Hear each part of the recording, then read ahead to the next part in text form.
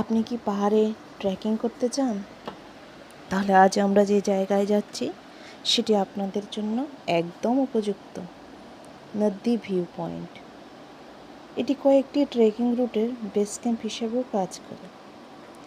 এখান থেকে ধরমকোট গ্রাম এবং ত্রিউন যাওয়ার রাস্তা আছে, যার দূরত্ব মোটামুটি 3 কিলোমিটার ও 8 কিলোমিটার।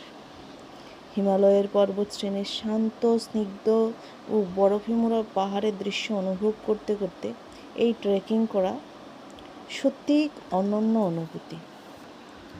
এখন যদিও এই পাহাড়গুলি উন্মুক্ত আছে, কিন্তু যখন ঠান্ডা অতিরিক্ত থাকে তখন ওই দূরের পাহাড়গুলি বরফে আবৃত থাকে। বিশ্বাস করুন, তখন এই জায়গার সৌন্দর্য স্বর্গের থেকে কম মনে হয় না। আপনাদের কাছে আমার এই ভিডিওটি কেমন লাগছে অবশ্যই জানাবেন। পাশে থাকার জন্য ধন্যবাদ।